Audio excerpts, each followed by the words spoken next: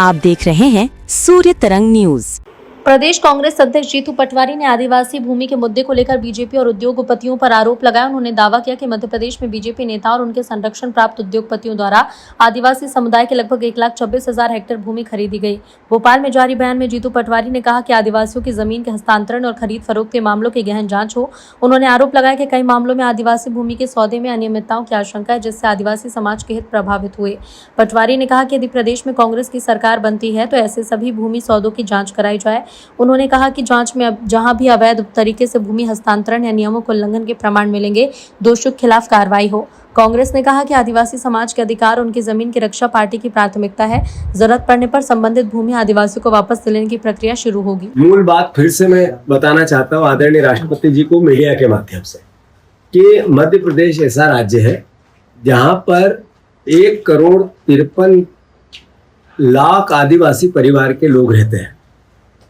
जो कानून है वो ये कहता है कि आदिवासी की जमीन किसी भी प्रकार से अन्य समाज के लोग, अन्य वर्ग के लोग नहीं खरीद सकते हैं, और जब खरीदेंगे तो सरकार की अनुमति लेनी पड़ेगी।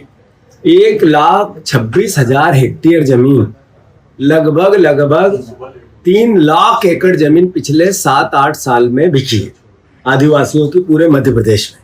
और ये डेटा है, प्रश्न है, उत्तर है ये विधानसभा का। और खरीदी किसने?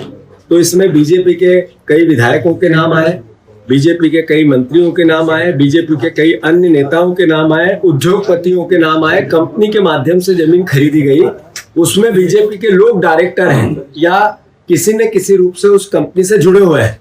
ऐसी लगभग 1,26,000 हेक्टेयर जमीन राष्ट्रपति महोदय इस मध्य प्रदेश में बिकी है, और इसकी अनुमति सरकार ने दी है। आदरणीय शिवराज जी की सरकार ने दी, आदरणीय मोहन यादव जी की सरकार ने दी है, आदरणीय भारतीय जनता पार्टी की सरकार ने दी है। तो मैं आग्रह करता हूं राष्ट्रपति जी से संज्ञान में लें और मोहन यादव और राज्यपाल जी को इस बात के लिए अवगत कराएं कि ये जमीन कैसे बिकी, इसकी जांच हो, इसकी समीक्षा हो, और किन लोगों ने ली इसका सत्यापन जनता के सामने हो। कांग्रेस पार्टी ने इसमें निर्णय लिया है कि जब हमारी सरकार 2028 में बनेगी, हम पूरे जमीन आदिवासियों की जो बिकी है उसकी समीक्षा करेंगे, और जिनने भी इस क्राइम में सहयोग किया है उनको सजा देंगे, और वापस वो जमीन उन लोगों से छीनेंगे जिन लोगों ने अवैध तरीके से ये जमीन खरीद आदिवासियों से छीनी है, और फिर उन आदिवासी भाइयों को वापस लौटाएंगे। स्पष्ट रूप से मैं इस बात का फिर से एक प्रतिबद्धता कांग्रेस पार्टी की